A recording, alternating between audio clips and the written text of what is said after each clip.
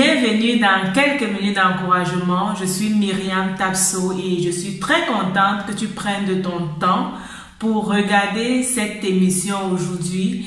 Je suis très reconnaissante pour tous ceux et celles qui se sont nouvellement abonnés à cette chaîne. Cela me fait véritablement plaisir de vous compter parmi mes abonnés. Et si vous êtes là, c'est parce que vous avez décidé de quitter votre zone de confort pour vous positionner comme le sel et la lumière du monde. Et alors, dans cette chaîne, je partage avec toi les éléments qui vont t'aider à être le sel et la lumière du monde.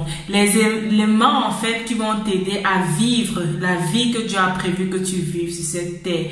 Parce que je me dis toujours, lorsqu'on va arriver auprès de Dieu et qu'il y aura le jugement, ce sera regrettable d'avoir passé toute une vie, que dirais 50 ans, 35 ans, 75 ans sur terre et n'ayant pas accompli les choses pour lesquelles Dieu nous avait envoyés sur terre. Pour éviter cela, je vais t'aider en fait au travers des différents éléments que je partage sur cette chaîne à revoir la vie que tu mènes et à revoir où est-ce que Dieu t'attend effectivement. Dans cette vidéo aujourd'hui, je vais t'encourager, je vais vraiment t'encourager. Nous sommes dans quelques minutes d'encouragement et sur cette chaîne, je t'encourage. Aujourd'hui, je veux encore particulièrement t'encourager à ne pas t'inquiéter. Dans le monde entier, nous nous trouvons en pleine crise de coronavirus et dans presque tous les pays, c'est le même refrain. Il faut rester à la maison, il faut se laver les mains, il faut respecter les distances et je sais que ça ne doit vraiment pas être facile pour beaucoup de nous, surtout pour ceux qui vivent en communauté, pour ceux qui avaient l'habitude de se rendre visite, pour ceux qui avaient l'habitude de passer du temps ensemble, qui aimaient bien les accolades, qui aimaient bien faire les bisous et tout.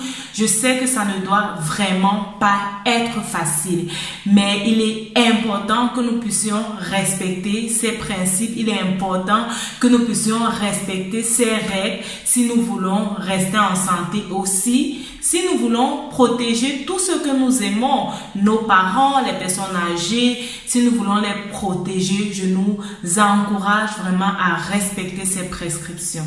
Avec la situation actuelle, je sais que c'est vraiment difficile. Il y a beaucoup de gens qui se demandent comment est-ce que ça va être après, comment est-ce qu'ils vont faire après pour payer leurs factures. Je pense précisément aussi aux entrepreneurs comme moi, les gens qui vendaient leurs services et qui devaient avoir les clients le jour au jour, ou des gens qui sont obligés de sortir chaque jour pour chercher ce qu'ils vont manger, pour chercher ce qu'ils vont mettre sur les tables. Et avec le confinement qui se passe dans plusieurs pays, il est certainement difficile de sortir, il est certainement difficile d'avoir les nouveaux clients, il est certainement difficile de prévoir le lendemain, prévoir la vie du lendemain, prévoir ce qu'on va faire la semaine prochaine. Déjà, même si on est en vie, il est déjà difficile de savoir si on sera en vie, mais on croit que Dieu nous protège et qu'il prend soin de nous. Et on croit également, et c'est à ça que je vais t'encourager, crois également qu'il va prendre soin de toi dans cette période de difficulté.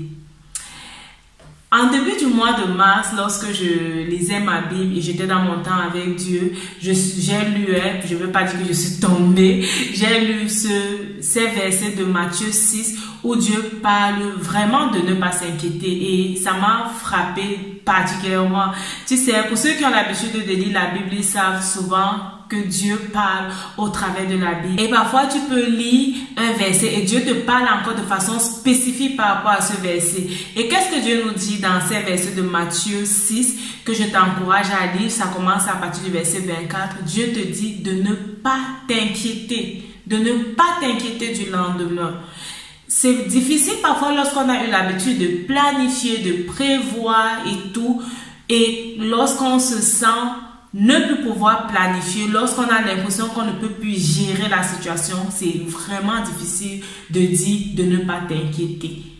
Mais la Bible nous encourage à ne pas nous inquiéter. Et quand Dieu dit ne t'inquiète pas, justement, il prend les exemples avec les oiseaux du ciel, les oiseaux qui ne sèment ni ne moissonnent, mais Dieu pourvoit à leur subsistance, Dieu pourvoit à leur repas. Les lits de champs qui ne travaillent pas, en fait, sont tellement bien vêtus, Dieu s'occupe de lui. Et combien de fois toi, fille de Dieu, combien de fois toi, fils de Dieu? Je vais t'encourager vraiment à ne pas t'inquiéter. C'est vrai, tu ne peux pas planifier le lendemain, tu ne peux pas savoir comment est-ce que le lendemain sera. Celui qui sait comment ton lendemain sera te dit de ne pas t'inquiéter. Fais-lui entièrement confiance. Vis ce temps qu'il a permis que tu vives. Chaque journée, à chaque jour suffit sa peine. Au terme de chaque journée, prends vraiment le temps pour rendre gloire à Dieu et pour lui dire merci pour la protection qu'il t'a donnée, pour la santé qu'il t'a donnée. Déjà parce que même la santé, personne ne peut garantir qu'il a la santé. Et si Dieu te permet encore d'avoir la santé, prends vraiment le temps pour lui dire merci pour cela. Comment alors tu dois faire pour ne pas t'inquiéter? Parce que lorsqu'on regarde les médias, lorsqu'on écoute, on regarde au voisinage, il y a tout et tout pour nous amener à nous inquiéter. Comment alors est-ce que tu dois faire pour ne pas t'inquiéter? La première chose que tu dois faire pour ne pas t'inquiéter, c'est de te rappeler que tu es précieux ou alors que tu es précieuse aux yeux de Dieu. Tu es un être particulier. Dieu a pensé avant de t'envoyer sur cette terre et tu comptes à ses yeux. Donc, c'est vrai, je ne veux pas dire que ceux qui meurent, ceux qui sont affectés ne comptent pas aux yeux de Dieu, mais rappelle-toi que toi, tu comptes aux yeux de Dieu et c'est Dieu qui décide quand est-ce qu'il va ramener quelqu'un à lui ou pas. Il t'a donné de vivre, tu n'as pas besoin de t'inquiéter du lendemain. Réjouis-toi de ce qu'il te donne de vivre. Et parce que tu es précieux à ses yeux, il te protège parce qu'il a encore la vision qu'il a prévu que tu as accomplie sur cette terre et peut-être que tu n'as pas encore entièrement accompli. Il te garde et il permet encore que tu sois là. Le deuxième élément, comment est-ce que tu dois faire pour ne pas t'inquiéter? Je vais te dire de déclarer la parole de Dieu au quotidien. Déclare la parole de Dieu. Quand tu te retrouves face à une situation et que l'inquiétude veut déjà venir dans ta tête, déclare la parole de Dieu. Dis que Dieu t'a dit de ne pas t'inquiéter.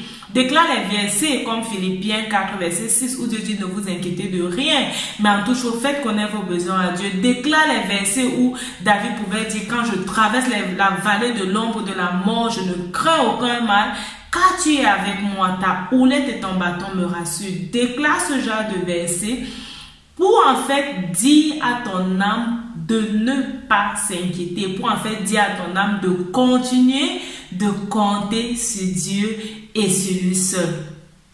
Comment est-ce que tu dois faire pour ne pas t'inquiéter? Le troisième élément, c'est que tu dois te rappeler de ce que Dieu a déjà fait pour toi. Tu dois te rappeler de comment Dieu t'a transporté jusqu'où tu es. Tu dois te rappeler de comment Dieu a pourvu à tes besoins. Tu es sûrement passé par des situations difficiles dans le passé et tu as vu la main précieuse de Dieu qui t'a transporté, qui t'a aidé à traverser cette phase. Et rappelle-toi de ces choses en fait quand tu veux t'inquiéter et dis-toi non, j'ai déjà connu la fidélité de Dieu, j'ai déjà vu Dieu agir dans ma vie et je sais que mon lendemain également entre ses mains, je lui fais entièrement confiance pour mon lendemain.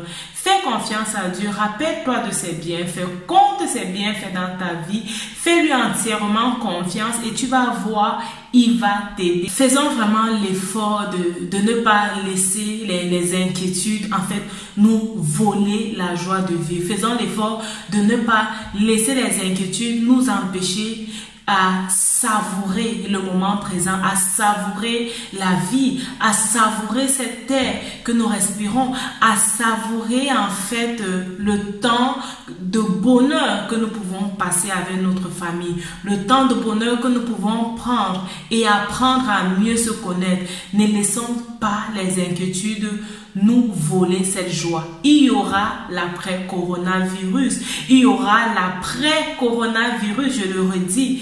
Quels étaient tes projets pour cette année 2020? Quelles étaient les choses que tu t'étais dit qu'au thème de cette année, tu devais réaliser? Et si tu vis jusqu'au thème de cette année, tu dois arriver à faire le bilan. Tu dois arriver à dire, j'avais prévu faire telle chose et voici ce que j'ai pu faire, voici ce que je n'ai pas pu faire. Donc, rappelle-toi aussi de ces objectifs que tu as et travaille à la réalisation de tes objectifs. Tout ce que tu peux faire qui dépend de toi présentement, fais-les.